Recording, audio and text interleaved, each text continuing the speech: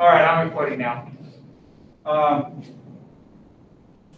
So heart, we've hit most of the stuff on the heart, except something I wanted to talk about, which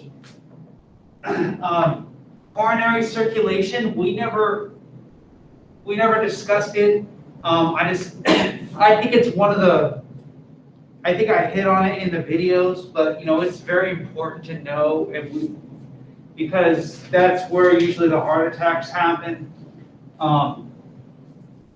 So coronary circulation is the myocardium getting its own blood supply, right? The heart needs to get blood to the heart. It needs to oxygenate itself, and so. We've talked about two types of circulation, actually. We talked about systemic. Dude, that's not a new pen.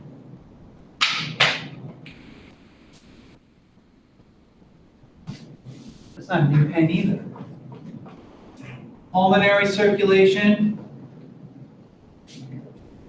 And the third type is coronary circulation. Not new pens. See, just in case you think you guys have problems, I don't have new pens. So just think about that next time. Your paycheck's only like a fourth of what you think it should be. I'm cold. I don't have good pens. So this is the heart, and the blood goes to the whole body and then back to the heart, right? So out through the aorta, out to the aorta, back through the, what? Now I want to know. Out to the aorta, back through the, there's something. What do you guys think? Where's all the blood, all the deoxygenated blood, where does it come back from? It's dumping into the right atrium.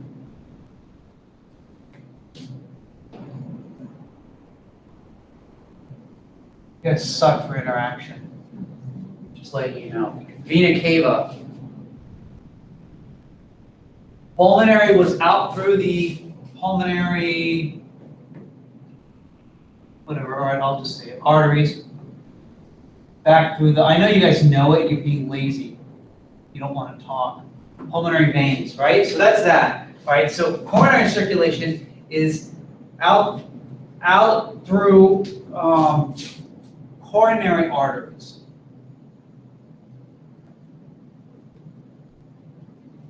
So when you look at the heart, you see all these arteries and veins on the outside of the heart. That's the coronary arteries. And they're both tapping off of the beginning of the aorta. So if you look right as the aorta comes out of the heart, there's two coronary vessels coming off of that. And actually what happens is, so like, here's an aorta coming out, when like it arches around, and then there's the semilunar valve here, and then you've got, in blue, there's like these coronary arteries, and they're right above the valve. And so what happens is that when the ventricle contracts, you have ventricular ejection, right? And the blood goes out into the aorta. But then when the ventricle relaxes, that blood tries to flow back in, and it closes the semilunar valve. And instead of the blood going back into the heart, when the blood tries to go back in, it ends up going into the coronary vessels. So every time your heart relaxes, it pushes blood. Every time your ventricle relaxes, it pushes blood into the coronary vessels. And that's where your heart attack's going to be, right? You're not going to get, there's no plaque in your, not really, in your carotid arteries and stuff like that. That's not the problem. It's these little vessels that are going to get clogged up, right? And so if you block something up here, like one of these they call like the widowmaker, if you block this, you're blocking all the other little arteries that are going to branch off of this, and then now the myocardium, the muscle of the heart, is not getting oxygenated, and that's it, right? So So out to the coronary arteries and then back to coronary veins, and all the coronary veins are all going to converge into something called the coronary sinus, which you learned in the lab that you did. In the lab that you didn't go to Chegg and look up all the answers. Right? You learned about the coronary sinus. The coronary sinus drains.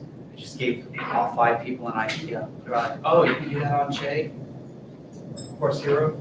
The coronary sinus is where all those coronary veins, they all converge into the coronary sinus. You can't see it. It's inside the heart, right? And that empties into the right atrium. So really you've got 3 sources of blood going back into the right atrium. You have the superior vena cava, the inferior vena cava, and then you got a little coronary sinus. And I'm sorry we don't have lab. If we had like an actual lab here, I'd be able to show you like on the heart model.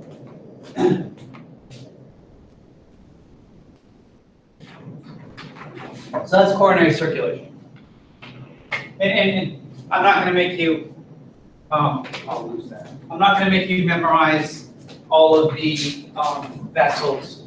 You know, just know that it's going through coronary arteries and coming back through coronary veins.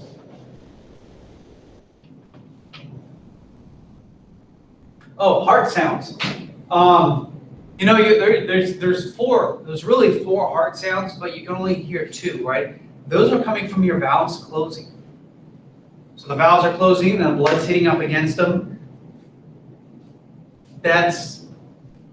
So the AV valves, that's making the first sound, and then the semilunar valves close, that makes the second sound, right? And then when you listen to the heartbeat, it's not going like that, it's going, obviously you know that. Let me do it more.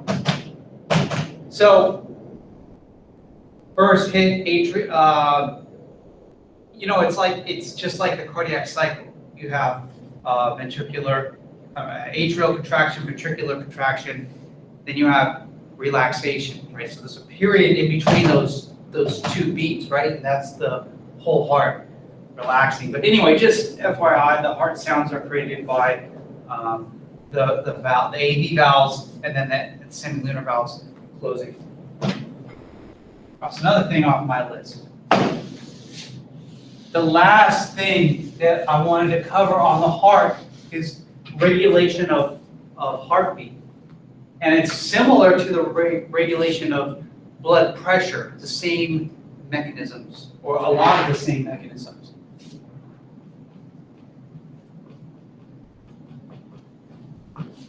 So regulation of heart rate. So there are receptors. We talked about one of them. We talked about baroreceptors. Then there are also chemoreceptors.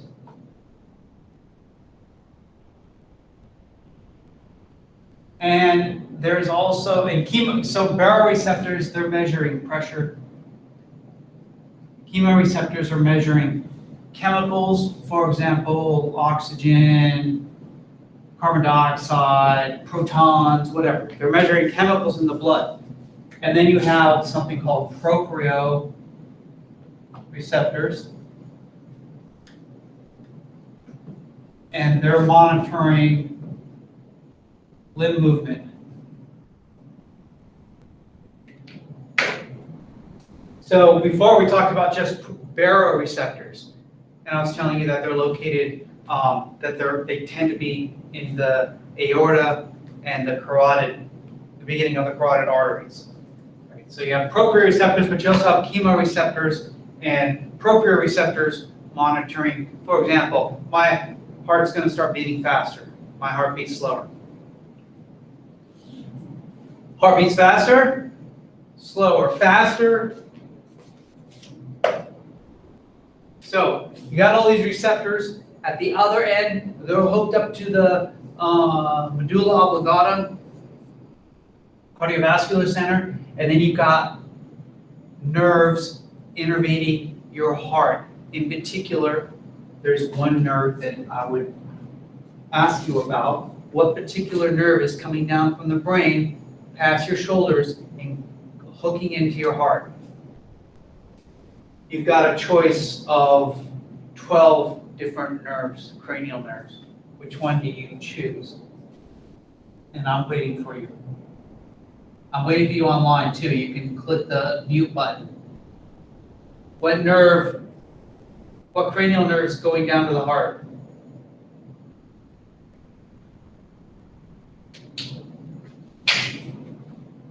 It's going to be awkward. All this silence.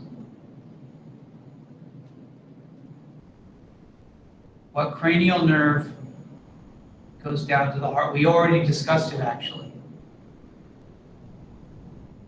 All you got to do is say it and it's over.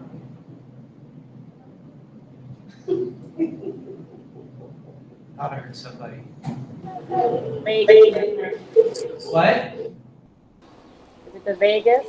Yes. Who said that? Dominique. The 10th cranial nerve, the vagus nerve. It's also a part of your sympathetic response. But all your other of the 12 cranial nerves, they end here, right? The accessory nerve activates the lower part of your neck, but the vagus nerve, that's hooked into your blood vessels. So we talked about this with the blood vessels. You answered it on a test. So there's no reason for you not to say vagus nerve again, unless you took the test and then you forgot all that information. So anyway, the vagus nerve hooked into the heart, it influences heart rate. So that's the neuro part of it. And it's pretty much the same thing, except that you had, it's the same thing you had for regulation of blood pressure. The only difference is I added in these other two receptors, still through the vagus nerve, and instead of constricting the muscle in your blood vessels, it's making your heart beat faster. And it can increase the contractility too. I should say that. Okay. Now there are hormones that also increase your heart rate, and you can imagine already. You already know one of them. Epinephrine. So epinephrine is going to increase your heart rate. Okay, there are some cations. There's some electrolytes, and I don't want you to get confused here, but there's sodium and potassium, and then there's calcium. Here, we talked about these three already, and we talked about how like sodium goes into the cell and potassium goes out of the cell, and that makes like the electrical impulse. Here, it's not about that. This is like another job that they have. Here, they work as hormones. They're acting like hormones, and they're going to speed or slow heart rate. These two slow heart rate. And calcium strengthens and sustains the heart rate.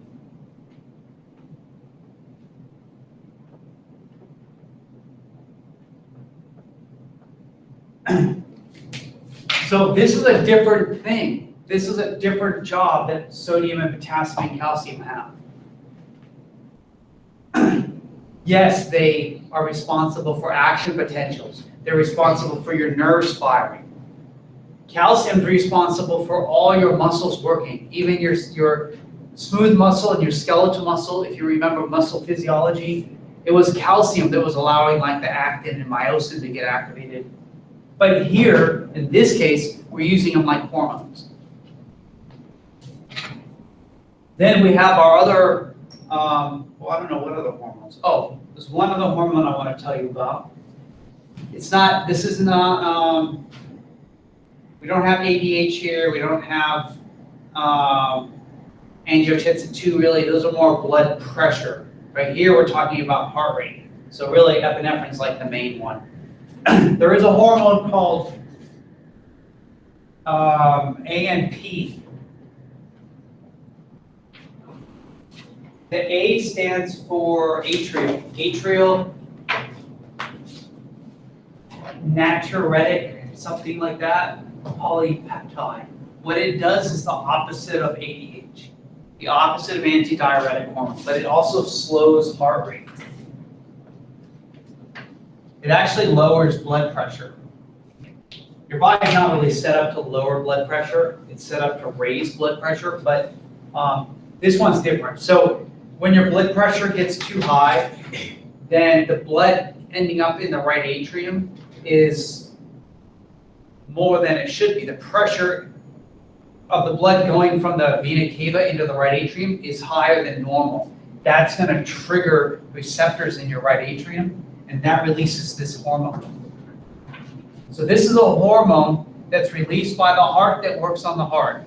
It's an example of a autocrine hormone, like a hormone that's released by the same cells, right? So ANP is going to slow heart rate, and just FYI, it causes you to excrete water, and it's a vasodilator. It does all the things that would lower blood pressure. Remember, your body's way of controlling blood pressure is essentially speed up your heart rate, constrict blood vessels, and conserve water however it does it. Not as much sweat, urinate less. That's your body's strategies for holding on to blood pressure. This one does the opposite. It's not a very effective hormone, right? Because then you would say, well, why do people have high blood pressure? Yeah, because this hormone sucks at, it can't handle all the restaurant food we eat. So anyway, this is regulation of heart rate. You have, just like with blood pressure, you have a neural component and you have a chemical component or hormone part of it. And that pretty much wraps up most of the physiology of the heart. Again, just because I didn't ask you, I only asked you one question that was on heart anatomy. So just because I didn't ask you doesn't mean, the blood flow through the heart. It doesn't mean you really should have an idea. Right, you should know, because the heart is, that's one of the main things that's part of the Trinity, right? So what's the big money makers for people in medicine? It's heart problems, CDA, like strokes. So screwed up heart, stroke, and type 2 diabetes. Louisiana state disease. That's the big money makers for hospitals, and you're going to find lots of people, when you look at their charts, you're going to see the same things over and over and over. HTM, DM, CVA. It's like they get them all at once.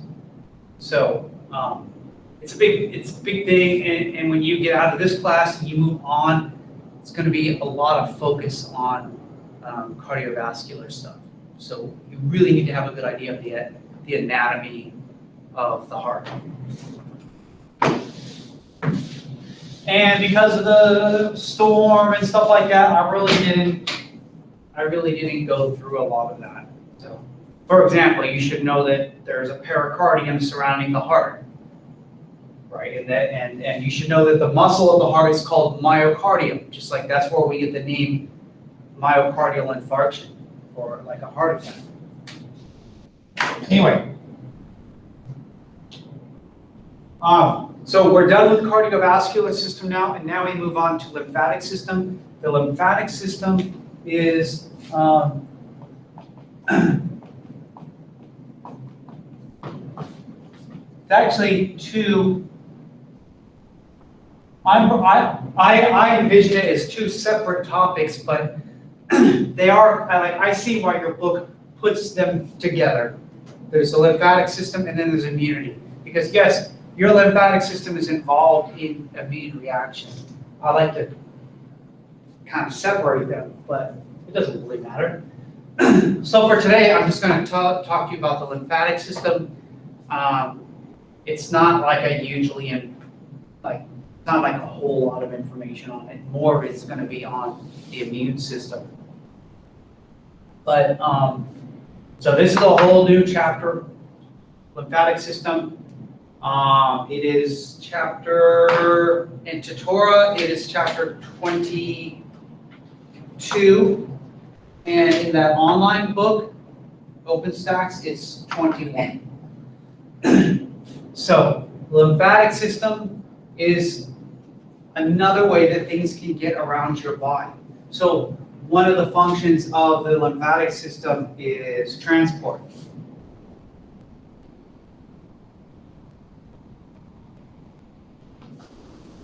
Especially transporting lipids. So not only lipids, but lipid-soluble vitamins. So, the blood is water-soluble, so lymph is like lipid-soluble. So just like you have blood vessels, when you kind of look at the body, you see there's like a big blood vessel coming down the thorax and the abdomen, and then you've got things branching off, right? So there is a branch around the shoulder, subclavians around the shoulder, carotids up the neck, and then down in the pelvic area, it splits, and there's like two going down the legs. The lymphatic system kind of looks similar as far as where these lymphatic vessels run. So they're different vessels, and they carry lymph, and one of the things that they do is to transport lipids. Another thing that it does is it's going to be involved in the immunity. And we'll talk about that in a bit. That's another function of the lymphatic system. And then the third function of the lymphatic system is that it drains excess interstitial fluid.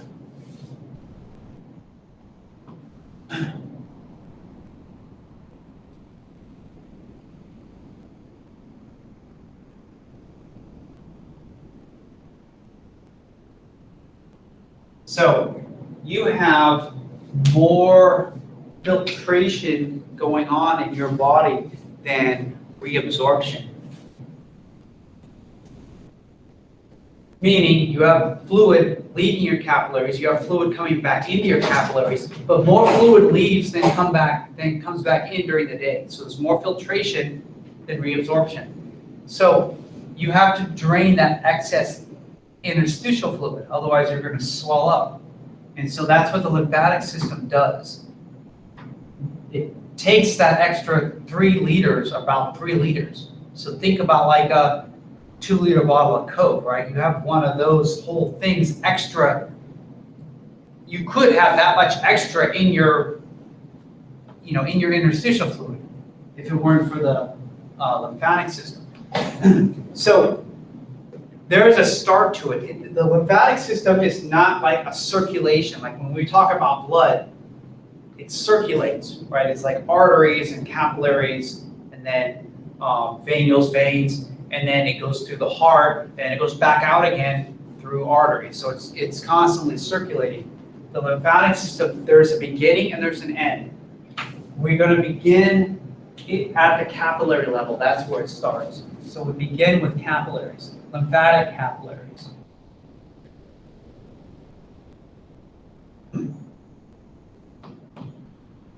So it begins with lymphatic capillaries. So just like you have regular blood capillaries, close by those, you have lymphatic capillaries.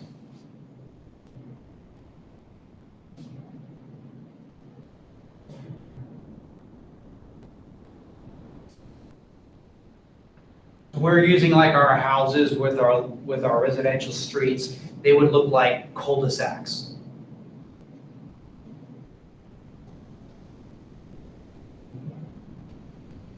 And then they converge into different lymphatic vessels. And those vessels are going to go through lymph nodes.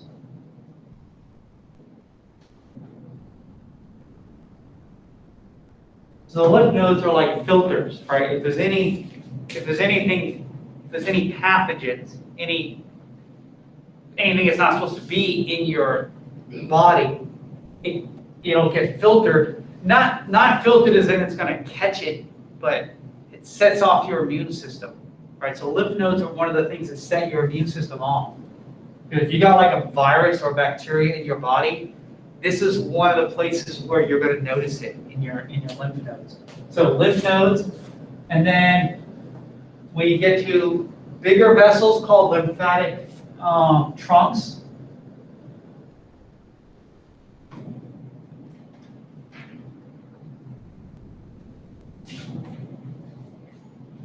So now it's even larger. Then from lymphatic trunks, you go to a lymphatic duct.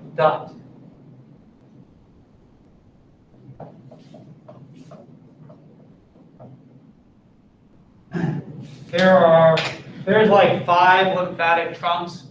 Don't worry about it, just FYI. There's 2 lymphatic ducts. And if you look at the lecture I already made, which I'll post today, you can see like a picture of it, like when I do it on a PowerPoint, you can see like what it looks like. So the lymphatic trunk, like one of them is pretty big and it just runs right up the middle of you, right? And so that's kind of like, it's like an aorta or a vena cava, right? So it just comes up the middle. And both of the ducts, the other duct is up in your shoulder area. But anyway, both of these ducts are going to drain back into your blood. And they drain into the blood at the subclavian vein. Like the air was more.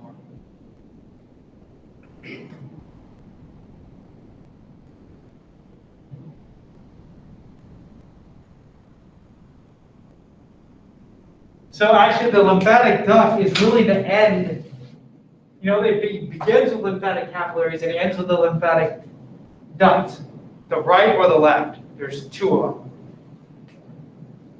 The right lymphatic duct and then the left lymphatic duct, which we also call that the thoracic duct. But both of those 2 ducts, they are tapped into the subclavian vein, right? The veins going around your shoulders. And so that's a way for the lymphatic system to go back to the blood.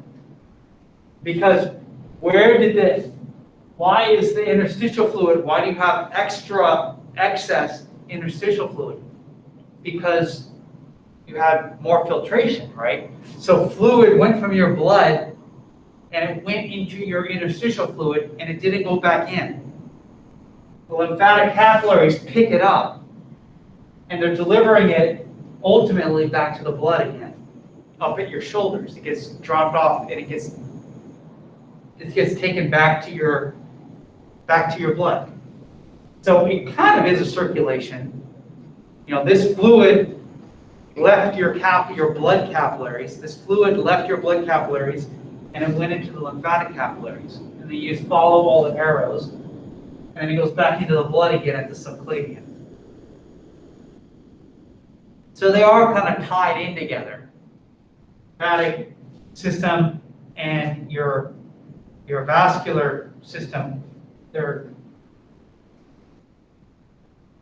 are sort of linked. But as far as like the lymphatic system, it only goes in one direction. It goes from the lymphatic capillaries up to your subclavian vein.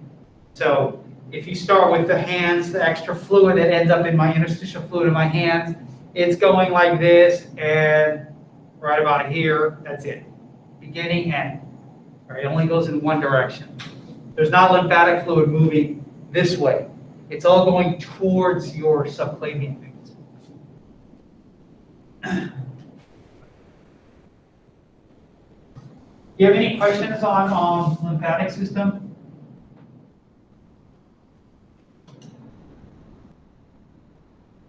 I'm using notes because I want to make sure I cover everything.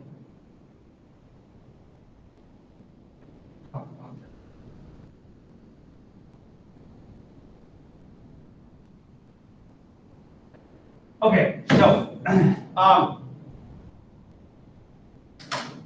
you have different types of, it's not only the vessels that we talked about here, but there's organs as well.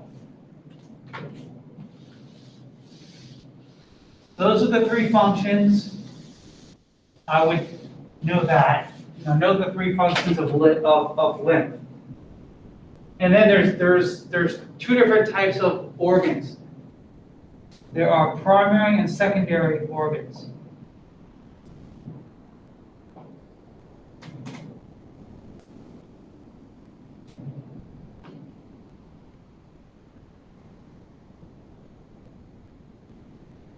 So, primary organs are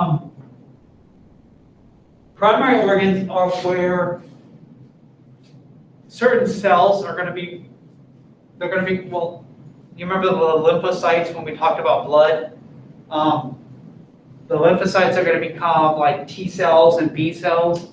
So I'm going to call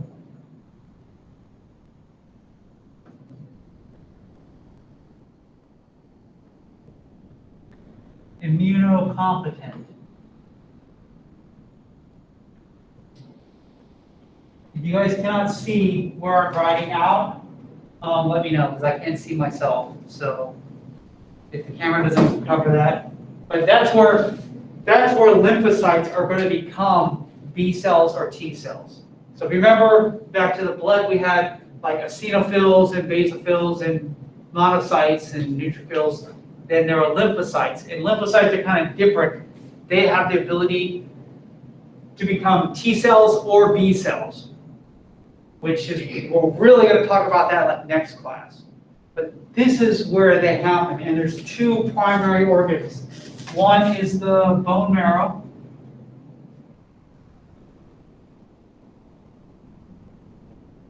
And the other one is the thymus. The thymus sits on top of your heart, then the bone marrow is in your bone. And you can see that starts with B, that starts with T. That's kind of where we get the name. All the cells, just like red blood cells are made in your bone marrow, B cells and T cells are both also made in your red bone marrow. They're all made in your red bone marrow. The T cells are going to migrate to your thymus.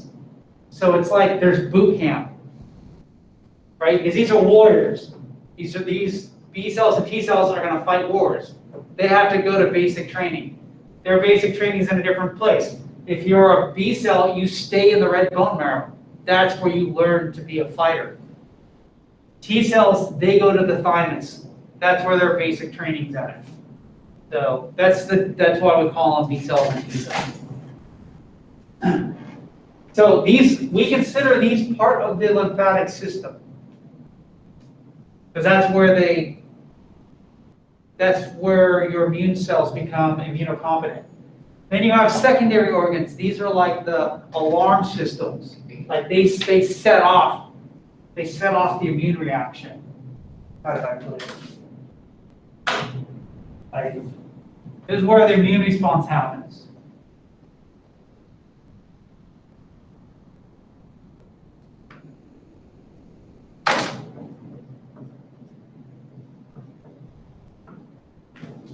And we talked about one secondary organ already, the lymph nodes.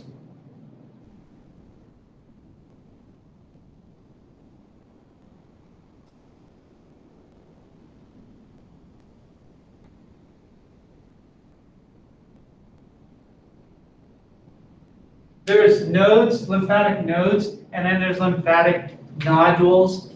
They are very similar.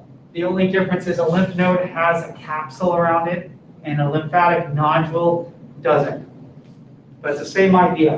When stuff goes through, when the lymph goes through it, if there's anything, any pathogen, so we're using the word pathogen, that means something that's out to harm you, right? Because you can't say bacteria, because you have good bacteria in your body. You eat good bacteria, right? But then you have other bacteria that's going to harm you, right? So we call those pathogens. So any pathogens that are in you, they're going to pick them up, and they're going to ultimately they're going to tell the B cells and the T cells, "Hey, I'm infected with something." The spleen is another place. The spleen's over here on your. I have to go like this so I know what side. I write with my left hand. This is my left. Your left side, and then point to the spleen. Okay, Klaus, this is left. Spleen's on your left side. I still get it wrong after all these years.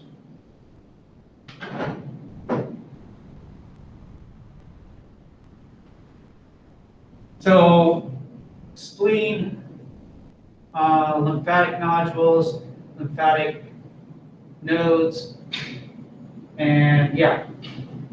So that's part of the lymphatic system as well.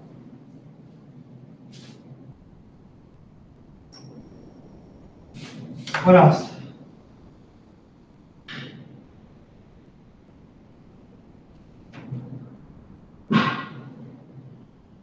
Thymus, blah, blah, blah, lymph nodes. I'm going to let you read about those. Medulla, spleen. I'm going to let you read about all that. All right. So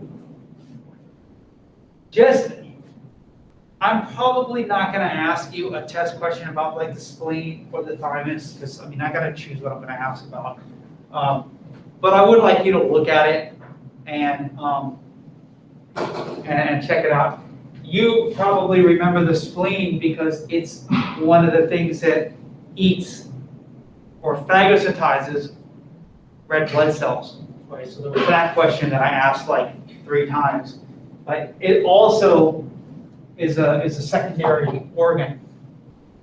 But I want to talk about like a few terms before we get into Monday's lecture, because Monday's lecture I want to talk about the immune system, and I just want to start rolling on it, right? And I want to go over like some of the terms over again. So this is it on the lymphatic system. Rather short. Do look at the photo, like look at the PowerPoint lecture that I made a video, and please look at that. I'll post that today. Let me just introduce the immune system. Yeah, because I only got 10 minutes left anyway. So, what is immunity? It's self versus non-self. Anything that doesn't belong to you, you have to take it out. So your body has like markers on the membranes of the cells, right? Just like blood. Remember we had like type A and type B, or you didn't have it at all. Your other cells that are not your blood cells, they have cells that aren't your blood cells. They have very specific markers, and we'll talk about them next class. They're called MHC molecules, but they're your molecules. They're molecules that belong to your cells only. And so your body's constantly monitoring what has those MHC molecules and what doesn't, what has something else, right? So if you breathe in a piece of pollen, it's got different markers on it. That doesn't belong in you, and your body has to take it out, right? So, so there's a couple of terms. One term is a microbe, and that's just a small thing. I don't know. You need a microscope to see it. That's all it means. You have more microbes in your body than you have regular cells. you have about a trillion cells that make your body up, right? You've got more bacteria than a trillion. So microbes are just microbes. But sometimes these words are used like interchangeably. But microbes can be good, they can be bad. If they're bad, we call them pathogens.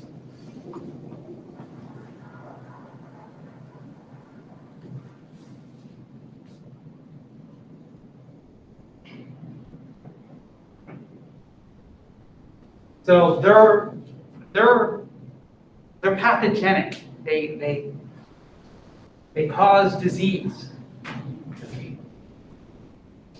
So when we're talking about pathogens, in practice, in reality, it's going to be 95% of the time, it's going to be two things. It's going to be a virus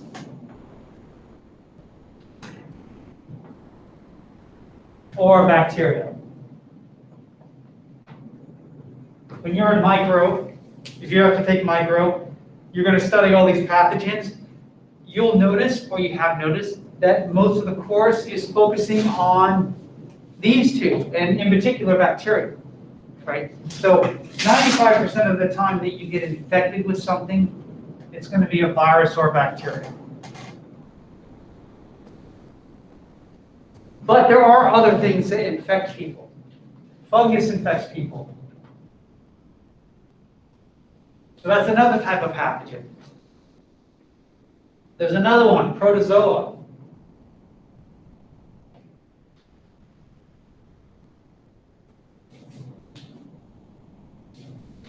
We have some protozoa. For example, some types of food poisoning are protozoa. We don't have malaria, but you've heard of that. Malaria is a type of protozoa, right? So these are living organisms. Virus, that's a debatable thing, right? And then I'm going to put parasites.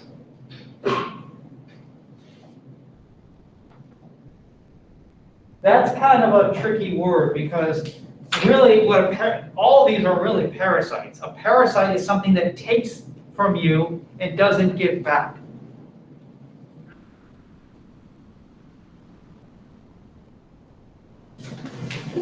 You put them on your cell phone plan, but they never pay any of the bills. They can't even give you $10 for gas.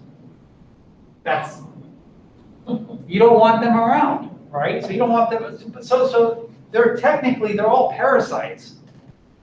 But there's things like worms. So to give you an example, there's lots of worms, and we don't have them in the U.S. We have like this thing called a pinworm, and we have a hookworm in the South. But, really, they're not. Sometimes little kids will get pinworm. That's just because they're kids. But nowadays, we don't allow our kids to go outside, so they're not even getting them from that anymore. But it does exist. Like heartworm that dogs get, right? We pick it up from our food, stuff like that. And you'll learn about these weird things like that really people don't get a lot anymore, which makes me wonder why we have to learn it. But whatever. So really, it's going to be these two. Funguses, they show up as an opportunistic infection, like thrush, something like that. Athlete's foot, ringworm, the circle thing we get on our skin sometimes. Do we call it ringworm? It's a fungus. Yeah, I don't know what we call it worm. I've gotten tons of these in my life because I used to live overseas. I lived in like third world countries. Not really nice to say third world anymore, but you know what I'm saying. And then I like street food, so I get worms in me. They just live in me. First time I was freaked out, then you just came. I could just stop eating street food. That's the answer. Can't help myself. That's the best food. One time I left them in me for like 3 months because I was making pretty good progress on my diet. I was losing weight, so I kept them into me. And when I hit 145, then I killed them off. But, okay, so out of these pathogens, one of them is kind of different from the other, and that's virus.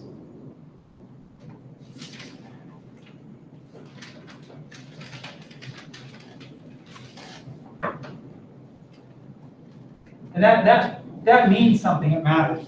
You know what, me talking about my worms, I used up all my time almost. So, viruses don't attack your cells from the outside, they attack your cells from the inside. That's what makes them difficult. I mean, so that's one way. These things attack your cells from the outside. They're in your interstitial fluid, they attack from the outside in. So we call them exogenous. Viruses are endogenous. They are like a Trojan horse. They get in your cell, then they attack. Viruses, and another thing about viruses is that they're probably not living. There's like a debate of viruses living. Well, what makes something living? Can it reproduce? I mean, that's really, strictly, that's what it comes down to. Biology is reproduction.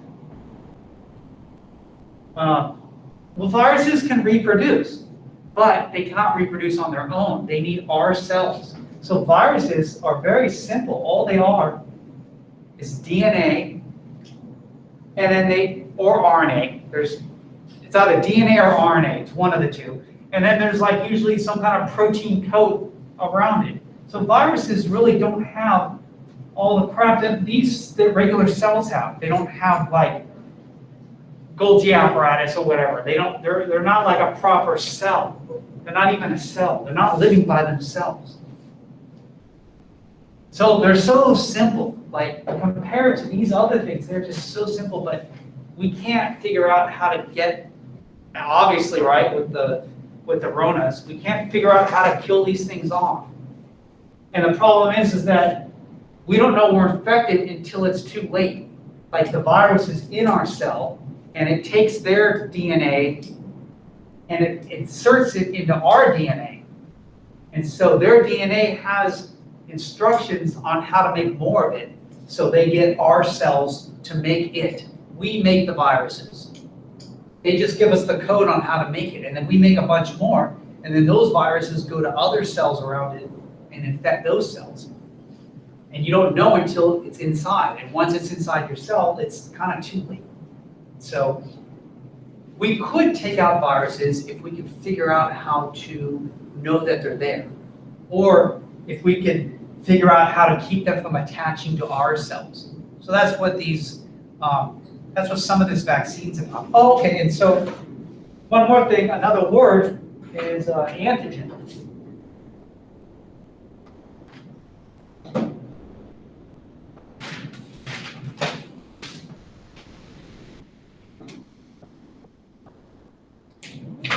These vaccines, these two vaccines, so far there's like 2 or 3 that are coming out, they keep saying, well, they're not live viruses. They're not. They're probably not. Your body doesn't need to see the whole virus. It's just like when you're at war with another country, you don't need to see everything. You just look at the flag on the uniform. You look for their flag, and then okay, that's it. That's who you killed, right? So you don't have to look at the whole thing. You just look at like the flag on the shoulder, and then you that's how you know. You don't have to look at the whole uniform, right? So it's like that with our immune system. We just look at little proteins that are on the membrane of the pathogen. So whatever's on these membranes doesn't look like what's on our membranes. And that's all we need to see. So if you could just take some of those proteins off and figure out how to make it, then we can inject it into us, and we'll mount the immune system. It's like we got sick, right? Our body sees it the same way, except that you don't have to put the whole virus in. Just take a piece of it, And our body will do the same thing as if the virus infected us. But the thing is, when the virus goes into you, it's replicating like crazy. When the vaccine goes into you, there's no replication. Your body's still responding to it, right? And you might feel not well, but you'll get over it. So that's an antigen. Our body can recognize, we don't know, unlimited number of antigens. That's the secret to our immunity. We can recognize billions and more antigens, right? So we don't have to recognize an entire pathogen. So, so before we start, if you could, just keep those things in mind. Sometimes these words are used interchangeably. Sometimes I'll be like, oh, how do you recognize the pathogen? Or I might use a different word and say, oh, how do you recognize the antigen? I'm using the words interchangeably. Or I'll say, how do you recognize the microbe? Right? There's difference. I'm replacing the words. I'm using them interchangeably, but I mean the same thing. How do you recognize the shit that infected you? That's what I'm trying to say. I mean, ultimately, that's what the immune system's about. Something that doesn't belong in you. So, all right. Does anyone have any questions? It would be nice if you could read ahead and watch the videos. I'm going to stop recording here. If you guys got questions, feel free on anything. Feel free to ask.